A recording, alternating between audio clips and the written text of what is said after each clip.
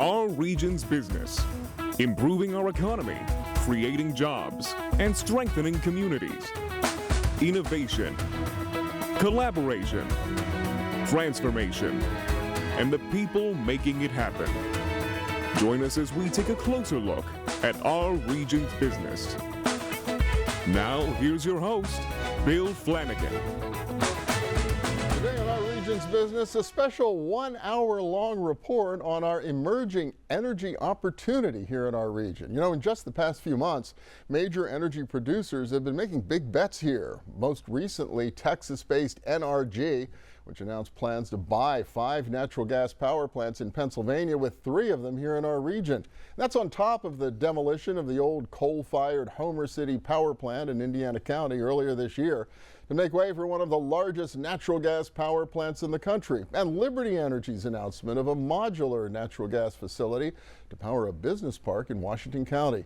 All of this to meet growing demand for electricity to power everything from electric vehicles to data centers.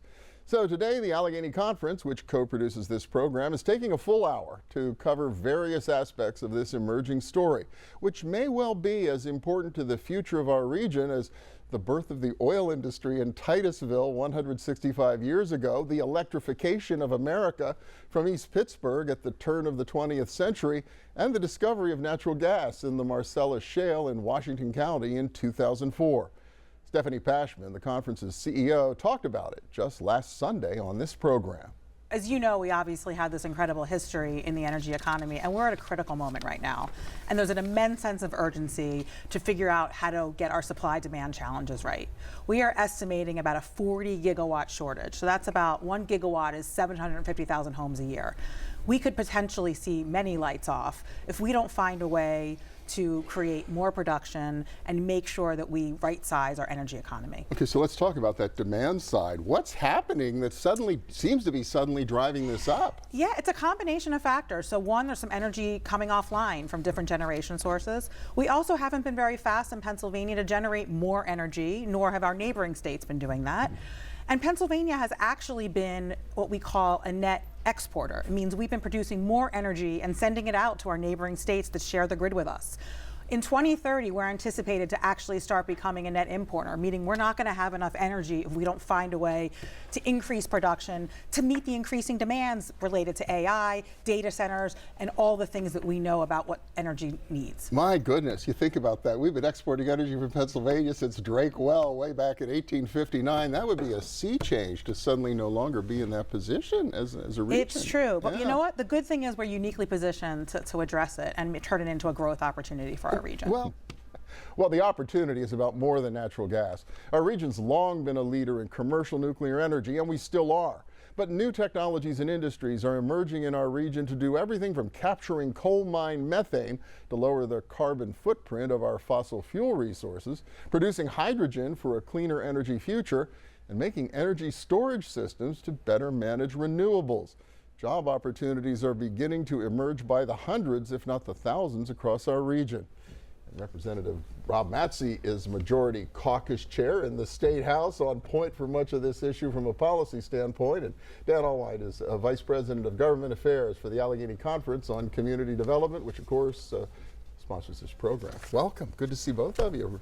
Good to have you. Thanks, Bill. Appreciate being here. Yeah, you really are on point on a lot of these issues in so many ways in the state legislature. Why? What got you going down this path? Well, really, prior to getting into leadership this term, I was the chairman of the Consumer Protection Technology and Utility Committee. So a lot of energy legislation came my way, consumer protection issues, but really the hydrogen evolution with the hydrogen hubs coming out of the federal government.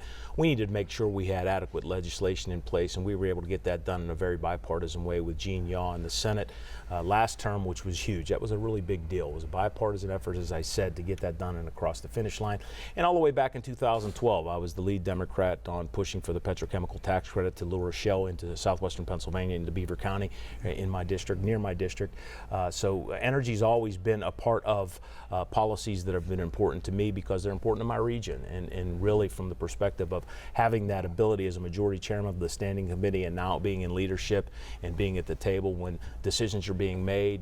It's crucial that we have a voice here in southwestern Pennsylvania as those discussions are happening. Yeah, Stephanie Pashman, just a few seconds ago, really painted a picture of some real risk out there. The brownout risk, the shortage of electricity, but also the incredible opportunity out there. From your perspective, how well prepared is Pennsylvania right now on both sides of the equation? Well, right now we're in pretty good shape. We're still exporting more than 30% of the energy that we produce in Pennsylvania through PJM. So that's still going out to Maryland and it's going out to New York. But long term, big picture, as AI continues to build up, the increase in data centers that are being constructed all over the country, but really we have become the focal point. You talked about Homer City in the intro, and really when you talk about data centers, Virginia's built out. Everyone's looking at southwestern Pennsylvania. We've got the infrastructure. We've got old coal-fired plants like Homer City, like Bruce Mansfield in Beaver County that's being looked at by several different people to do the very same thing. So we have that infrastructure in place to get onto the grid and get onto the grid fast. Rather than building from scratch. So I think we are positioned very, very well to lure these companies, and really they're not asking for anything. They're asking for expedited permitting. They're asking for really looking at getting it done. They're not asking for a benefit package. We did a data center tax credit a few years back for equipment, but they're not asking for dollars and cents. They're asking for a predictable and reliable permitting process. Well, yeah, reliability, transparency, and just an aggressive approach to making things happen here in Pennsylvania. And I know other states, I know we've talked about this all the time at the Allegheny Conference, many of them are a lot more aggressive about this than Pennsylvania has been, Dan. They are. We've seen just last year, the General Assembly made an enormous investment in site development fund. You know, we looked back and noticed over the last 2 decades that lack of shovel-ready sites was preventing us from business opportunities. So we want to thank the General Assembly for making that investment. And we think if we can pair investments like site preparation with the brownfield sites that we have, along with the improvements that we've made in permitting, Pennsylvania can be very well positioned to grow. And you know, Representative Matzie is right.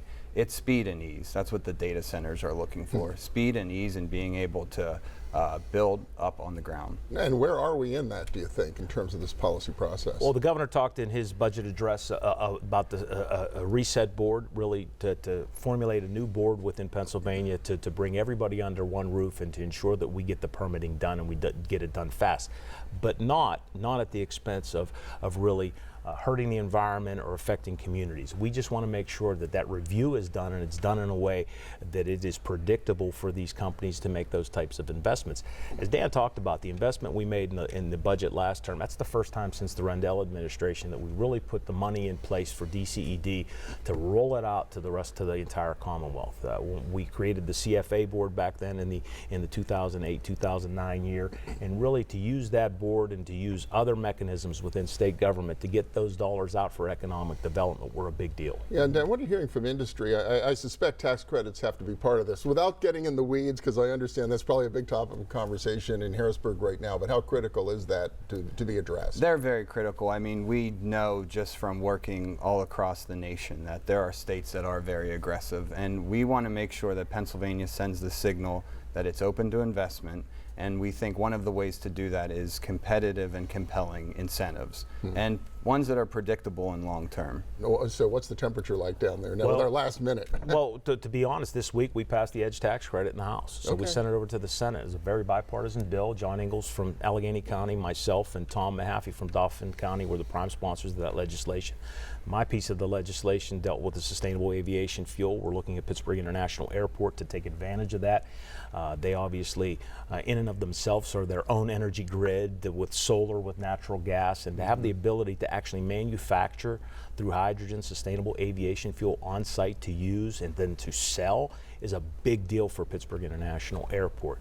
Other components of the EDGE tax credit center around nuclear, small modular reactors, as well as geothermal. So there are a variety of other things involved in this big bill. It's sent over to the Senate. We're hopeful the Senate will look at it really, really quickly, and it's something that we can have as part of the budget negotiations in June. All right, got to get it done by the end of next month. So yeah, time is of the essence. So Representative Rob Matzie, Dan Alwine from the Allegheny Conference, thank you both so much. Good luck with the conversations. Pleasure to be here anytime. Thanks, you. Bill. Next up, Westinghouse puts the new in nuclear energy, and it's happening right here in our region. Please stay with us.